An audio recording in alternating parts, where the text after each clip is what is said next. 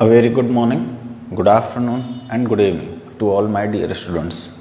प्यारे बच्चों, आज हम आप क्लास 12th के जिस चैप्टर के बारे में डिस्कस करने जा रहे हैं उस चैप्टर का नाम है electricity.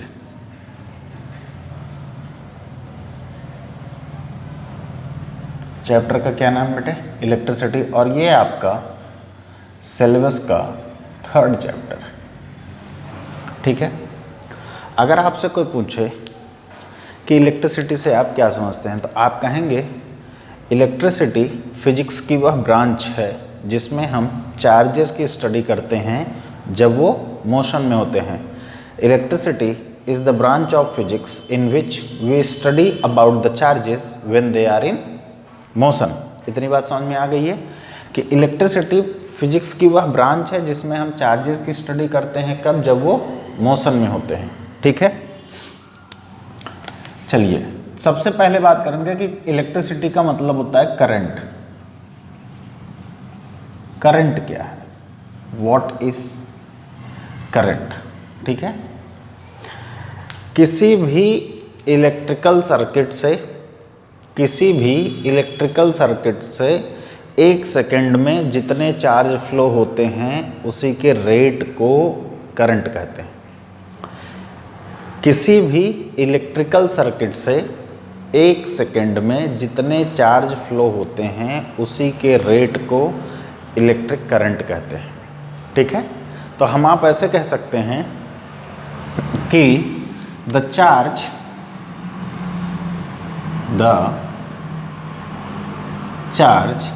flowing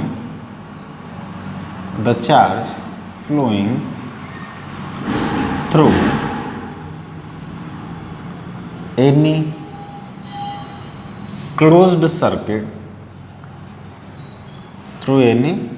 circuit in 1 second is the measure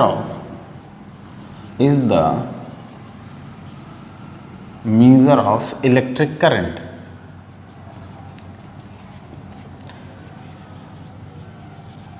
is the measure of electric current, full stop। Mathematically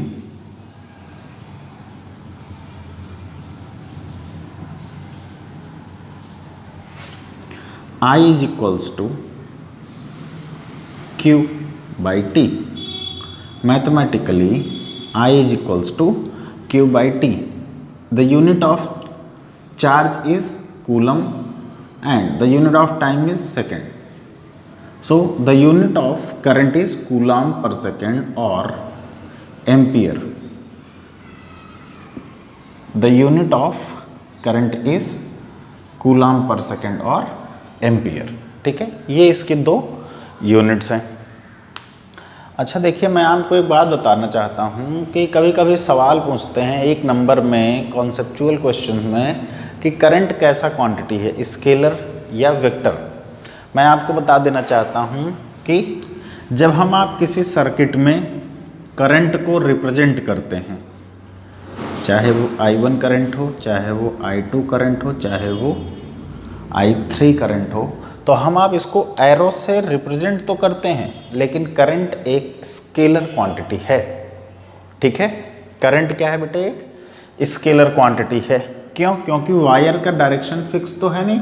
अगर हम आप इस वायर को मोड़ देंगे तो इस करंट की डायरेक्शन क्या हो जाएगी? कुछ और। डायरेक्शन जो है वो सर्किट के अकॉर्डिंग होता है, ना कि वायर के अकॉर्डिंग होता है। इसलिए करंट को हम आप एरो से रिप्रेजेंट करते हैं। एक्चुअली बेटा ये बताएं आपको, तो जो ये करंट लिखते हैं ना, ये करंट है ही नहीं। ये हम जो एरो बना रहे हैं, ये एरो बताता है कि पॉजिटिव चार्ज किस डायरेक्शन में फ्लो कर रहा है।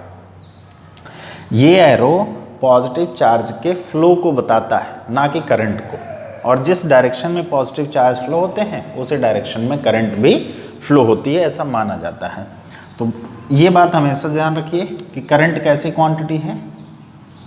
स्केलर क्वांटिटी है, ये वेक्टर नहीं है। इसको सर्किट में एरो से रिप्रेजेंट करते हैं, लेकिन वो एरो हमें ये बताता है कि उस सर्किट में पॉजिटिव चार्ज किस डायरेक्शन में फ्लो कर रहे हैं, ठीक है। ये कहानी है इलेक्ट्रिक करंट की।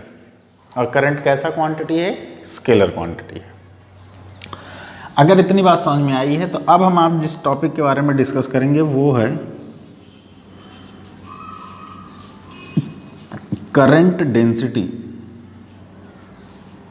क्या है बेटे? करंट डेंसिटी क्या होता है? मान लेते हैं अपने पास एक वायर है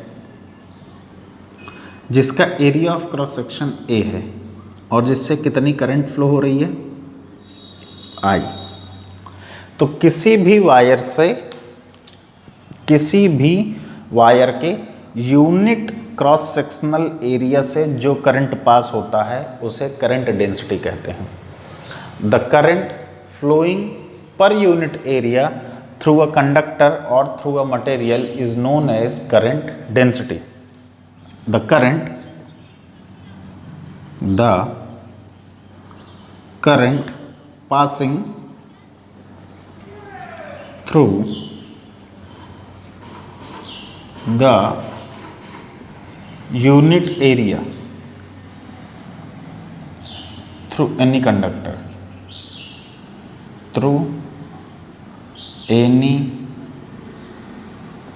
conductor, called करंट डेंसिटी। ठीक है, करंट डेंसिटी को बेटा कैपिटल जे से रिप्रेजेंट करते हैं, आप स्मॉल जे से भी कर सकते हैं। और जे बराबर कितना हो गया? I upon A. J is equals to कितना हो गया? I upon A. अब देखिए करंट का यूनिट कितना है? एम्पियर। और एरिया का यूनिट कितना होता है? Metre square. तो करंट डेंसिटी का यूनिट क्या हो गया? Ampere per metre square.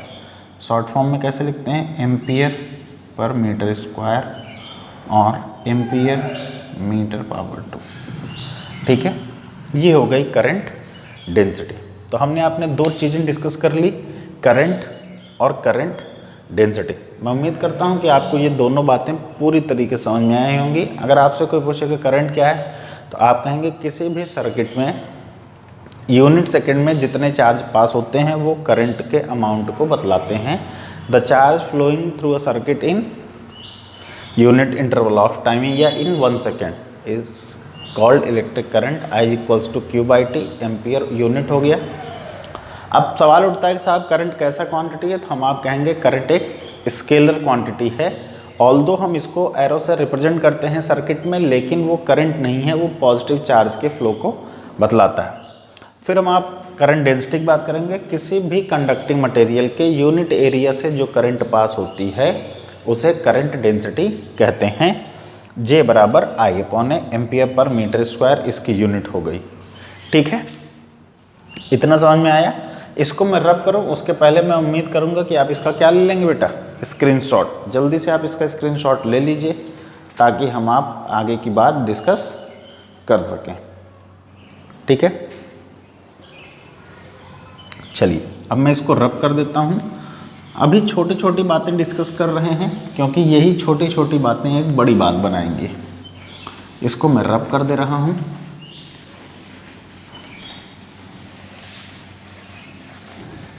ठीक है, हम आप जान चुके हैं कि कौन सा चैप्टर है, तब इसकी ज़रूरत नहीं है। अब हम आप बात करेंगे छोटी छोटी कुछ इम्पॉर्टेंट डेफिनेशंस की। पहली है मीन फ्री पाथ।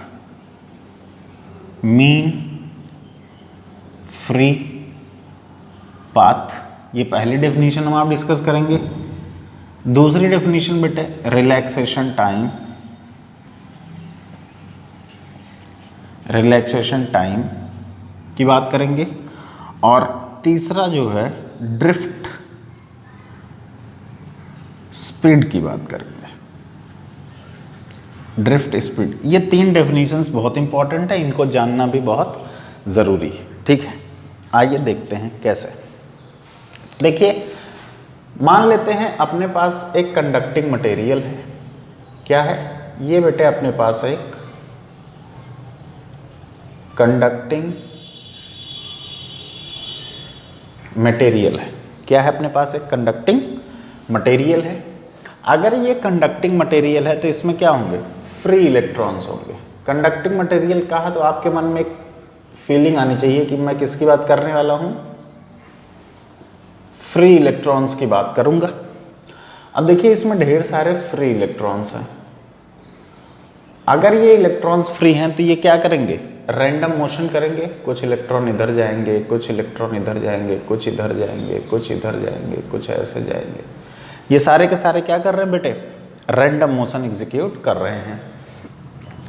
जब रैंडम मोशन करेंगे देखिए ये इलेक्ट्रॉन इधर से इधर जा रहा है और ये इलेक्ट्रॉन इधर से इधर जा रहा है, तो यहाँ कहीं क्या हो जाएगा, कोलिजन। क्या हो जाएगा, कोलिजन। तो देखिए दो सक्सेसिव कोलिजन्स, मान लीजिए कि एक इलेक्ट्रॉन चला और वो जाकर के किसी दूसरे इलेक्ट्रॉन से टकरा गया, तो ये पहला कोलिजन। टकराने के बाद फिर से इलेक्ट्रॉन चलेगा और फिर किसी दूसरे इलेक्ट्रॉन से टकराएगा, तो ये दूसरा कोलिजन। इन दोनों कोलिजन के बीच का जो ये फ्री पाथ है ना, इसी को बेटे मीन फ्री पाथ कहते हैं। समझ में आई बात? मैं एक बार फिर से समझाने की कोशिश करता हूँ। फ्री इलेक्ट्रॉन्स हैं किसमें, कंडक्टिंग मटेरियल में। एक इलेक्ट्रॉन अपने किसी इनिशियल पॉइंट से चला और किसी इलेक्ट्रॉन से टकरा गया। जब टकराया तो ये पहला कोलिजन। टकराने के बाद फिर चला, फिर किसी दूसरे इलेक्ट्रॉन से टकरा गया, तो दूसरा कोलिजन। तो पहला और दूसरा, इन्हीं दोनों क्या कहेंगे, सक्सेसिव कोलिजन्स। ठीक है, पहले और दूसरे कोलिजन के बीच का ये जो फ्री रास्ता है, जो रास्ता उसने ट्रेवल किया, उसे क्या कहेंगे, mean free path. The distance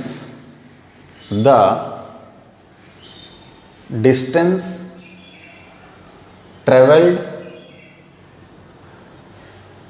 by electron between two successive collision is called mean free path। ठीक है। अब रिलैक्सेशन टाइम, अब अगर आप ध्यान से समझे तो ये यहीं से रिलेटेड है। इलेक्ट्रॉन क्या किया, एक इलेक्ट्रॉन से टकराया, पहला कोलिजन, फिर दूसरे इलेक्ट्रॉन से टकराया, दूसरा कोलिजन। तो पहले इलेक्ट्रॉन से टकराने के बाद दूसरे इलेक्ट्रॉन से टकराने के बीच का जो टाइम इंटरवल है ना, वही क्या है, relaxation time. The time interval between two successive collision is called relaxation time. The time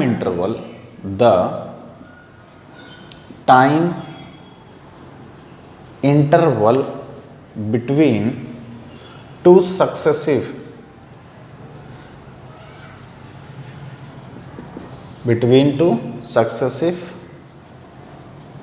collision is called relaxation time। दो सक्सेसिव कोलिजन के बीच में जो टाइम इंटरवल है उसी को रिलैक्सेशन टाइम कहते हैं। इतनी बात समझ में आ गई, मीन फ्री पाथ समझ में आ गया, रिलैक्सेशन टाइम समझ में आ गया। अब हम आप बात करेंगे ड्रिफ्ट स्पीड की। देखिए मान लेते हैं अपने पास एक कंडक्टर है, ये क्या है बेटे, एक कंडक्टर है। ठीक है, यहाँ इस कॉर्नर पर एक इलेक्ट्रॉन है, इस इलेक्ट्रॉन को इस कॉर्नर तक पहुंचना है। अपने पास एक इलेक्ट्रॉन है, इस कंडक्टर के एक एंड पॉइंट पर है और इसको पहुंचना कहाँ है, दूसरे एंड पॉइंट पर। ठीक है, जब हम आप किसी कंडक्टर के अक्रॉस इलेक्ट्रिक फील्ड लगा देते हैं, क्या लगा दिए, इलेक्ट्रिक फील्ड, या आप कह सकते हो कि आपने एक 20 वोल्ट का बैटरी कनेक्ट कर दिया।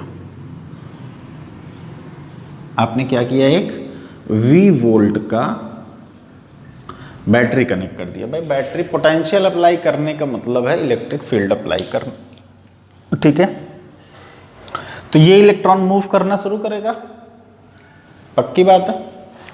ये इलेक्ट्रॉन मूव करेगा तो यहाँ से चलना शुरू करेगा और कहाँ तक जाएगा, यहाँ तक। तो एक एंड से दूसरे एंड तक पहुँचने के बीच में इसकी जो एवरेज स्पीड होगी, उसी एवरेज स्पीड को ड्रिफ्ट स्पीड कहते हैं। ठीक है, द एवरेज स्पीड,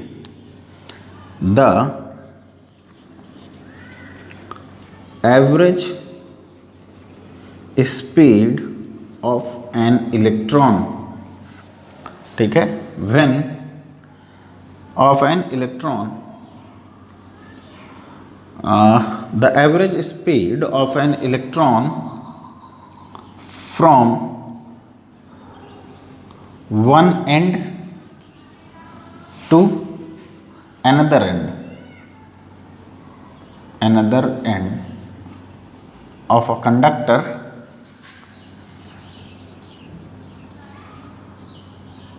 ठीक है, the average speed of an electron from one end to another end of a conductor when